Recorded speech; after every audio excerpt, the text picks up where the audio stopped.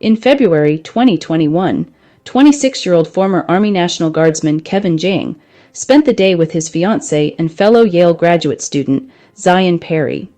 Kevin left Zion's apartment around 8:30 p.m. in his Prius. He barely made it 2 blocks before his car was struck from behind by a dark SUV in what appeared to be a minor fender bender.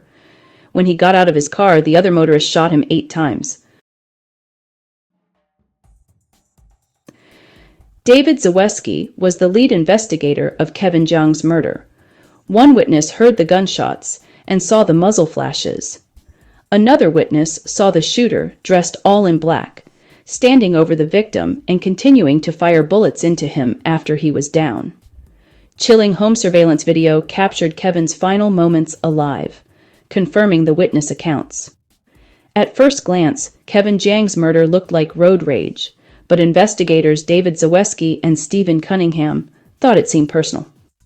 They wondered if the car accident was a deliberate way to get Kevin out of his car.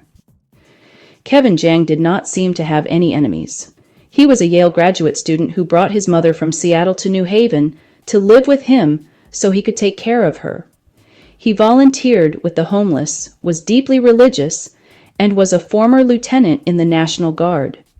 Just 1 week prior to his death, he had proposed to Zion Perry on the anniversary of meeting each other at a Christian retreat. Zaweski and Cunningham got a break in the case the next day. They received an urgent call from New Haven Police Sergeant Jeffrey Mills, providing them with information about 2 different 911 calls. The first 911 call occurred about a half hour after Kevin Jiang's murder. A motorist had gotten stuck on a desolate, snow-covered railroad track outside a scrap metal yard he had accidentally driven into while looking for a nearby highway entrance. The motorist, Ching-Suan Pan, was from Malden, Massachusetts. The officer helped Pan get a tow and a nearby hotel room. But about 15 hours later, Mills responded to another 911 call at an Arby's, where employees had found a bag containing a gun and a box of .45 caliber bullets.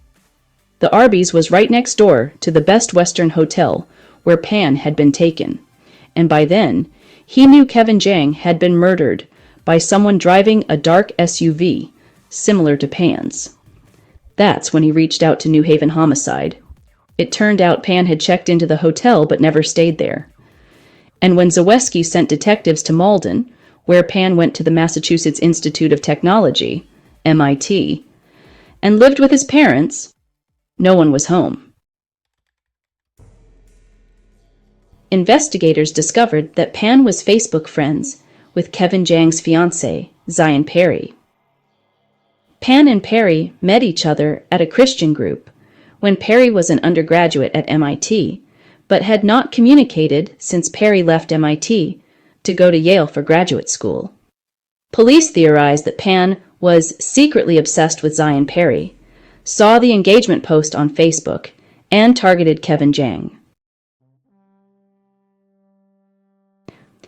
Marshals joined the case and learned that Pan's family had access to millions of dollars in assets. Pan was missing, and they worried he might be trying to flee the country. They noticed Pan's parents had withdrawn large sums of cash and that they had taken a long trip south with their son right after the murder. When the parents had been stopped in Georgia, they were in the car, but their son was gone. They said he'd simply gotten out of the car and walked away, and they didn't know where he'd gone. Investigators were skeptical.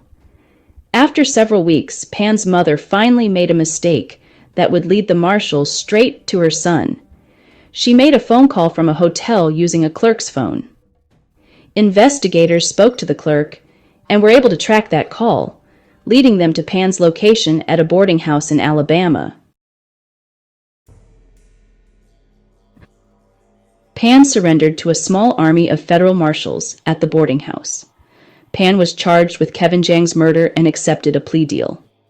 Last April, he was sentenced to 35 years in prison.